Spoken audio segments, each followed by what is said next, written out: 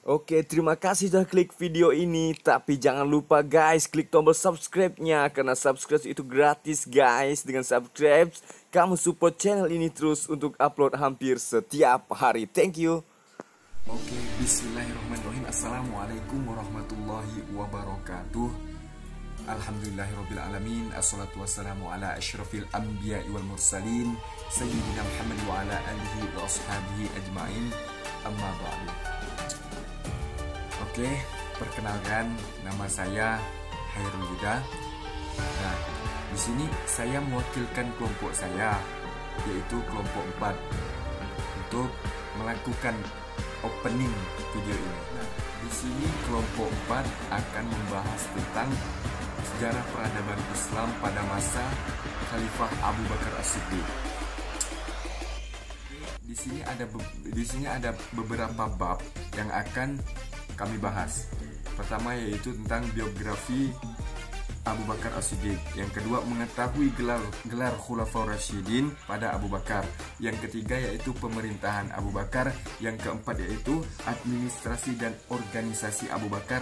Yang kelima yaitu wafatnya Abu Bakar. Baiklah, di dalam kelompok 4 ini ada kawan-kawan saya. Nah, ini saya sebutkan kawan-kawan saya. Yang pertama yaitu Putri Anggraini, yang kedua yaitu Abdul Halim, ketiga yaitu Raja Rapsanjane, yang keempat yaitu Nyimas Citra Ayu, dan yang terakhir yaitu saya sendiri, ya, Hairul Huda. Oke, langsung saja kita beralih kepada bab yang pertama, yaitu tentang biografi Abu Bakar As-Siddiq. Nah, yang akan disampaikan oleh saudari Putri Anggraini, ini videonya. Bismillahirrahmanirrahim. Assalamualaikum warahmatullahi wabarakatuh. Perkenalkan, nama saya Putri Anggraini. Saya dari kelas PAI 2B. Di sini saya dari kelompok 4, yang mana kelompok kami akan membahas tentang sejarah peradaban Islam pada masa Abu Bakar As-Siddiq. Baiklah, saya sebagai pemateri pertama akan membahas tentang biografi dari Abu Bakar As-Siddiq. Abu Bakar As-Siddiq ini lahir pada tahun 573 Masehi. Nah, beliau ini dilahirkan di kota Mekah 2 tahun beberapa bulan setelah tahun gajah. Kemudian untuk nama lengkapnya adalah Abdullah bin Utsman bin Amir bin Ammar bin Ka'ab bin Sa'ad bin Murrah bin Al-Tamimi, yang mana lebih dikenal dengan Abdul Al-Ka'ab di masa jahiliyahnya. Kemudian nama itu ditukar oleh Nabi dengan menjadi Abdullah.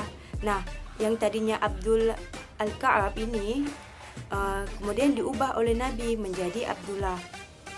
Kemudian gelar Abu Bakar ini diberikan oleh Nabi Muhammad SAW kepadanya. Sedangkan gelar As-Siddiq ini diberikan orang kepadanya karena dia sangat membenarkan Rasulullah dalam berbagai peristiwa, terutama peristiwa Isra dan Mi'raj. Nah, jadi gelar Abu Bakar ini diberikan oleh Nabi, sedangkan gelar As-Siddiq ini diberikan orang kepadanya. Nah, Abu Bakar sendiri ini merupakan bangsa Quraisy. Beliau ini dari suku bangsa Quraisy, dan beliau pada masa mudanya adalah seorang saudagar kaya dan merupakan kalangan lelaki dewasa yang pertama kali masuk Islam. Selain kalangan lelaki dewasa yang pertama kali masuk Islam, beliau juga merupakan khalifah pertama dari Khulafaur Rasyidin setelah wafatnya Rasulullah SAW. Beliau yang menggantikan Rasulullah untuk memimpin negara dan menjalankan pemerintahannya. Nah, kemudian tak lama untuk masa pemerintahannya, beliau juga mengalami sakit dan beliau wafat pada tanggal 21 Jumadil Akhir 13 Hijriah atau 13 Agustus 634 Masehi dalam usia 63 tahun dan dimakamkan di samping makam Rasulullah SAW. Nah, mungkin hanya ini saja yang dapat saya sampaikan mengenai biografi tentang Abu Bakar As-Siddiq. Lebih dan kurangnya mohon dimaafkan. Akhir kata, wassalamualaikum warahmatullahi wabarakatuh. Oke, selanjutnya bab yang kedua yaitu mengetahui gelar Khulafaur Rasyidin pada Abu Bakar, yang disampaikan oleh saudara Abdul Halim. Ini videonya. Assalamualaikum warahmatullahi wabarakatuh. Perkenalkan, nama saya Abdul Halim. Saya dari kelompok 4, di mana kelompok 4 mendapatkan materi tentang sejarah peradaban Islam Abu Bakar As-Siddiq. Kali ini saya akan membahas tentang kekhalifahan Abu Bakar. Setelah saya akan mulai pembahasannya. Ketika Nabi Muhammad wafat, kaum Muhajirin dan Ansor berkumpul di Balai Syakifah Bani Sa'idah, Madinah. Mereka bermusyawarah untuk memilih siapa yang ditunjuk untuk menjadi kepala negara. Dalam musyawarah itu terjadi perdebatan yang sangat alot karena masing-masing kelompok di antara kedua kelompok tersebut menganggap bahwa dari kelompoknya itulah yang paling terbaik untuk menggantikan kepemimpinan Nabi Muhammad. Orang-orang Muhajirin mengatakan bahwa mereka yang paling berhak menjadi khalifah karena mereka yang mula-mula masuk Islam dan Nabi berasal dari kalangan mereka. Sementara orang-orang Ansor menyebutkan mereka pula yang paling berhak karena merekalah yang telah membantu dan melindungi Nabi dari serangan kaum Quraisy pada waktu hijrah ke Madinah. Abu Bakar mengusulkan agar pemimpin baru itu dapat dijabat oleh orang Muhajirin dan wakilnya dari kaum Ansor, tetapi orang Ansor menolak usul itu. Mereka mengusulkan agar diangkat dua pemimpin dari kelompok itu. Abu Bakar tidak menerima usul itu dengan alasan bisa membawa perpecahan. Kemudian Abu Bakar mengingatkan kaum Ansor terhadap hadis Nabi yang mengatakan pemimpin itu dari orang Quraisy. Oleh sebab itu, beliau mengusulkan agar Umar bin Khattab lah yang menjadi khalifah selanjutnya. Namun Umar bin Khattab menolak untuk usul itu. Usul itu tidak diterima oleh Umar dan mengatakan jika Abu Bakar masih ada, beliaulah yang pantas menjadi khalifah. Dan pada akhirnya kaum Muhajirin dan Ansor setuju untuk memilih Abu Bakar menjadi khalifah. Dan terpilihlah Abu Bakar As-Siddiq menjadi khalifah pertama yang memimpin negara Madinah. 50.000. Abu Bakar adalah khalifah pertama dari Khulafaur Rasyidin. Artinya ia termasuk dalam golongan pemimpin yang bijaksana dan mendapatkan petunjuk dari Allah. Sebagaimana tercatat dalam sejarah bahwa yang termasuk Khulafaur Rasyidin adalah Abu Bakar As-Siddiq, Umar bin Khattab, Utsman bin Affan, dan Ali bin Abi Thalib. Mungkin hanya ini yang bisa saya sampaikan, kurang dan lebihnya mohon maaf. Saya akhiri. Wassalamualaikum warahmatullahi wabarakatuh. Bismillahirrahmanirrahim. Assalamualaikum warahmatullahi wabarakatuh. Nama saya Hairul Yuda. Nah, di sini saya menjelaskan tentang pemerintahan Abu Bakar. Nah, pasti kalian sudah mengetahui kan sosok Abu Bakar. Nah, di sini saya menjelaskan tentang pemerintahan Abu Bakar. Jadi pada saat itu pemerintahan Abu Bakar itu berjalan selama 2 tahun. Nah, dari 632 Masehi sampailah 634 Masehi. Itu berjalan 2 tahun. Nah, jadi ketika wafatnya Rasulullah SAW, pemerintahan Abu Bakar ini dilakukan dengan cara demokrasi. Nah, justru kalian sudah tahu kan apa yang dimaksud dengan demokrasi? Demokrasi adalah suatu bentuk pemerintahan yang dimana warga negara ini mempunyai hak yang setara dalam mengambil keputusan untuk menghidupkan kehidupan mereka. Nah, itulah yang disebut dengan demokrasi. Dan itulah yang dilakukan pada saat pemerintahan Abu Bakar tersebut, teman-teman. Nah, jadi pemerintahan Abu Bakar ini seluruhnya itu berjalan atas sistem yang kasih dan benar kewaspadaannya dan ketegasan beliau, bahkan kecerdikan beliau dan kebijaksanaan Abu Bakar pada saat memerintah. Nah, saya ambil contoh dari pada saat pemerintahan Abu Bakar As-Siddiq.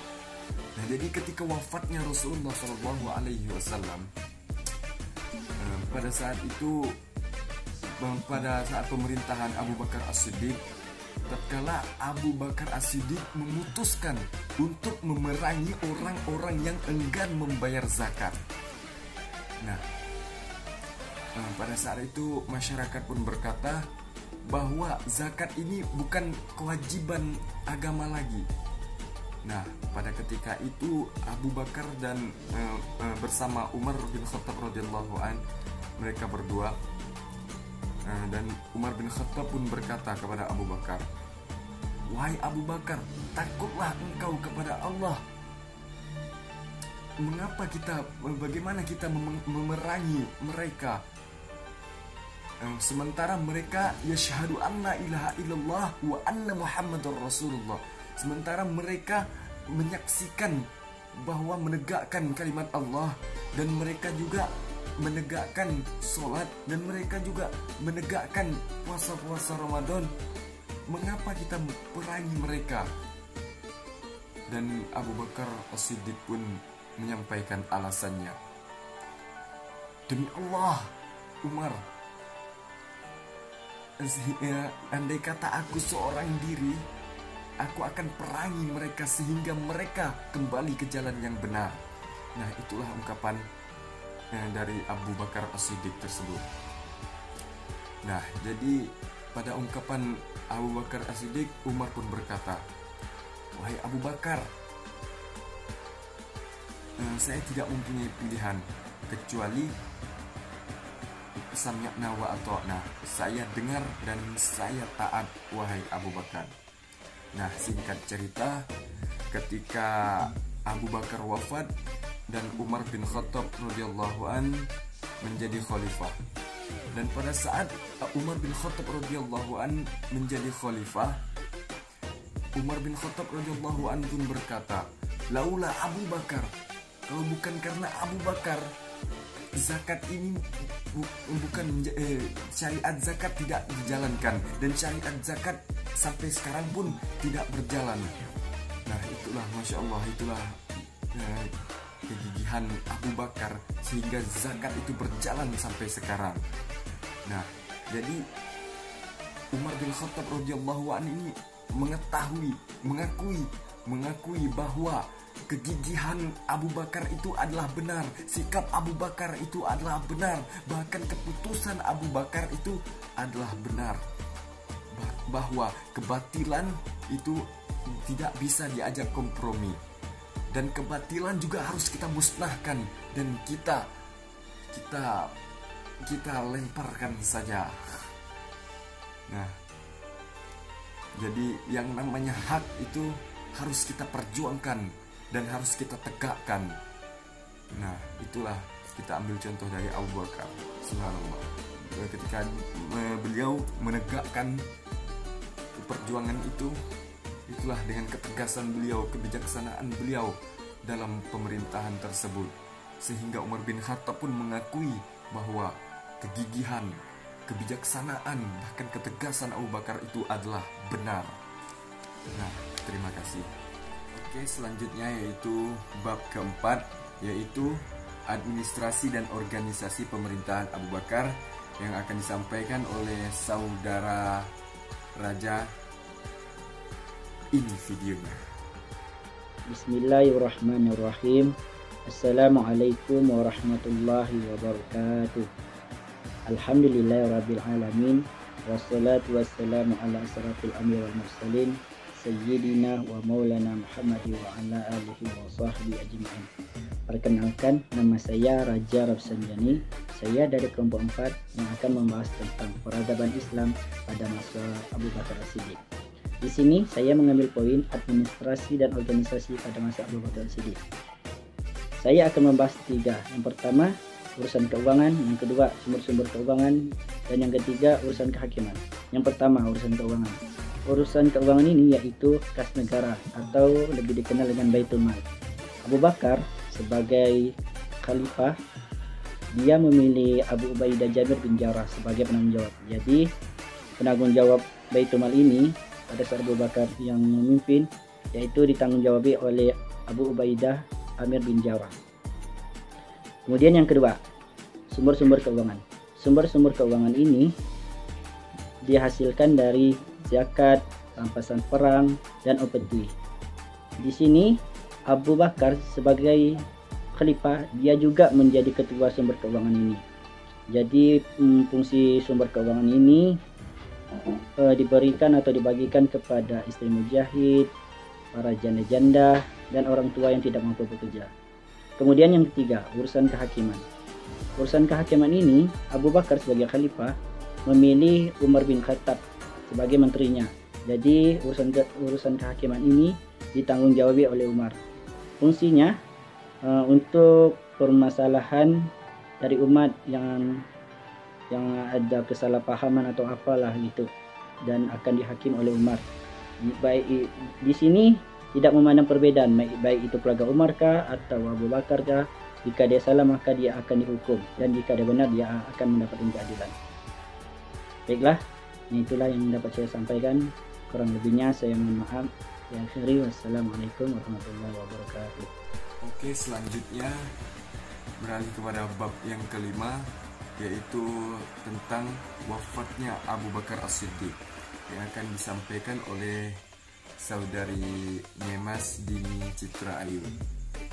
Ini videonya. Assalamualaikum warahmatullahi ta'ala wabarakatuh.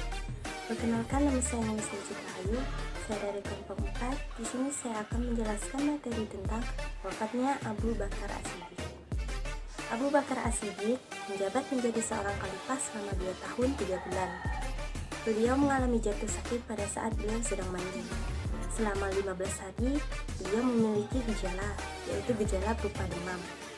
Beliau tidak keluar rumah untuk melaksanakan sholat, sehingga beliau meminta kepada Umar bin Khattab untuk menjadi imam di sholatnya. Selama 2 minggu hingga wafatnya, beliau selalu memperkirakan dirinya apa saja yang telah beliau berikan kepada umat Islam selama kepemimpinannya. Semenjak sakit, beliau juga memikirkan bahwa beliau sudah dekat dengan ajalnya. Setelah 2 tahun lebih beliau menjabat menjadi seorang khalifah untuk kaum muslimin, akhirnya beliau wafat pada tanggal 21 Jumadil Akhir 13 Hijriah, tepatnya pada usia 63 tahun.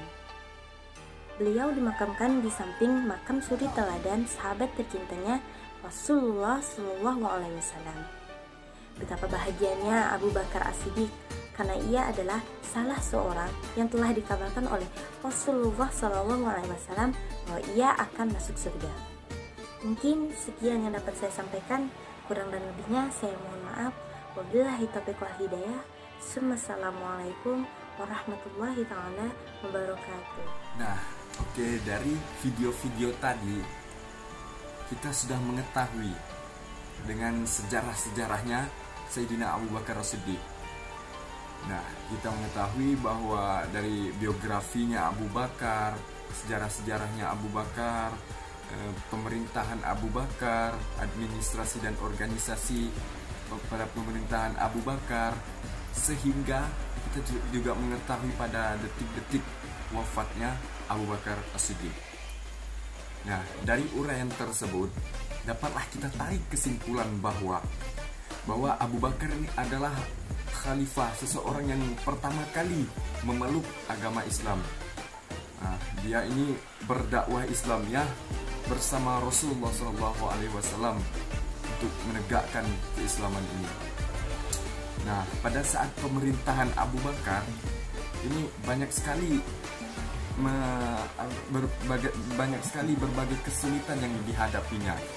Ya, yaitu ada munculnya nabi palsu, ada lagi munculnya orang-orang murtad sehingga memerangi orang-orang murtad dan memerangi orang-orang yang enggan membayar zakat dan lain sebagainya. Nah, padahal secara individu Abu Bakar ini adalah seorang yang aktivis pada perdagangannya, sehingga dia mementingkan untuk rakyatnya daripada untuk keluarganya sendiri. Nah, jadi Sayyidina Abu Bakar As-Siddiq ini bisa kita ambil contoh.